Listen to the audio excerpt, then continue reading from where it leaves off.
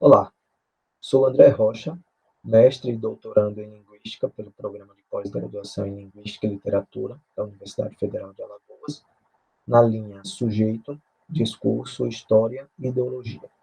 Também sou membro do Grupo de Estudo e Pesquisa Discurso e Ontologia, pertencente também ao PPGL da UFAL. Nosso artigo tem como título A Precarização do Trabalho como Discurso do Governo Bolsonaro, Ultraneoliberalismo e a Destruição das Bases de Proteção Social do Estado. Esse nosso trabalho ele é parte da nossa pesquisa que culminou na dissertação de mestrado e foi orientado pela professora doutora Maria de Socorro Aguiar. Nossa pesquisa tem por objetivo geral contribuir para o desvelamento das ideologias que sustentam o discurso referente aos direitos trabalhistas, materializado nas propostas do governo Bolsonaro e os silenciamentos nele contidos.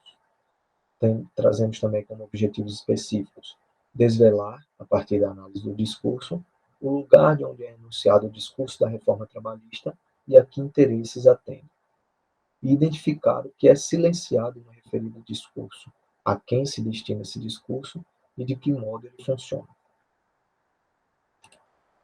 A metodologia utilizada foi a da análise do discurso pechetiano, de base materialista, com suas categorias epistemológicas: formação discursiva, formação ideológica, discurso, posição sujeito, condições amplas e restritas de produção do discurso e silenciamento.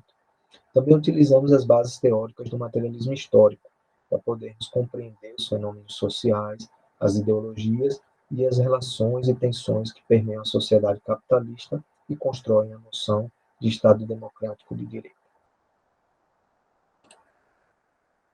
Nossas análises trazem como materialidades discursivas três materialidades, né? Três sequências discursivas. A primeira diz que aos poucos a população vai entendendo que é melhor menos direitos e emprego que todos os direitos e desemprego. A segunda sequência discursiva diz que o Brasil é o país dos direitos em excesso, mas faltam empregos. E a terceira sequência diz que não dá mais para continuar quem produz sendo vítima de uma minoria, mas uma minoria atuante. Os resultados de nossa pesquisa nos mostram como condições amplas de produção a crise sistêmica do capital, que se evidencia na crise de 2007, 2008, a qual tem seu estopim nos Estados Unidos e que desencadeia a necessidade de uma passagem da forma capitalista neoliberal para a forma ultraneoliberal, mais autoritária e excludente e, portanto, mais adequada a esse momento de crise do capital. Essa crise ela nos coloca sob o jugo do Estado pós-democrático, né? Essa denominação de Estado pós-democrático é trazida por Casara. Observamos também um processo de reestruturação na forma de produção de bens e serviços advindas da passagem do modelo fordista para o modelo toyotista, o qual favoreceu as terceirizações, possibilitando o desenvolvimento da quarta revolução industrial e também da chamada uberização do trabalho. Como condições restritas de produção, verificamos os efeitos dessa crise sistêmica do capital, que chega um pouco mais tardiamente aqui no Brasil, devido a alguns fatores econômicos, né? Também evidenciamos o fracasso da política de conciliação de classes, promovida pelos governos do PT, e as chamadas Jornadas de Junho, que são iniciadas de forma espontânea, com o movimento Passe Livre, mas que são tomadas pela classe média e estimuladas e financiadas por razões geopolíticas, né, como o BRICS, o Banco do BRICS, né, a criação do Banco do BRICS, a descoberta do pré-sal, a exploração do pré-sal, o monopólio da Petrobras e tudo isso ligado à guerra econômica entre China e Estados Unidos. Observamos também a atuação da Lava Jato como um modelo de guerra híbrida que promove a demonização das pautas de esquerda e da própria política. Tudo isso culmina, né, legitimando o processo de impeachment, um eufemismo para designar o golpe de 2016 contra a presidenta Dilma Rousseff. Identificamos, através da categoria silêncio, em sua forma política do silêncio, mais precisamente o silêncio constitutivo, que nos é trazido por Orlandi, que o discurso busca silenciar a culpa da dinâmica capitalista ao tentar imputar a culpa pelo desemprego aos direitos dos trabalhadores e ao próprio trabalhador. Também evidenciamos o silenciamento da liberdade limitada que tem o trabalhador, ao impor que o trabalhador vai, aos poucos, entendendo que é melhor abrir mão dos direitos a ficar desempregado.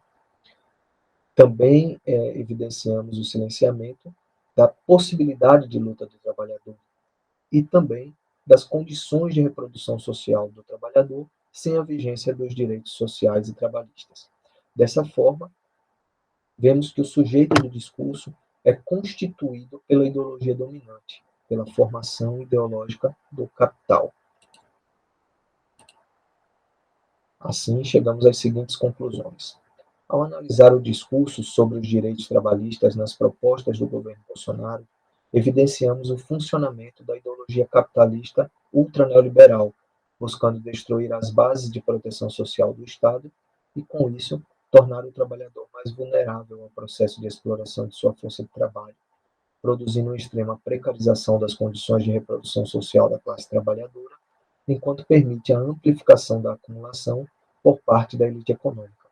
Dessa forma, a presente pesquisa, ao desvelar a ideologia e os silenciamentos presentes nesse discurso, demonstra que a única forma de se contrapor à lógica destrutiva do capital é a luta dos trabalhadores unidos, os quais precisam se reconhecer como classe para poder agregar forças para essa luta.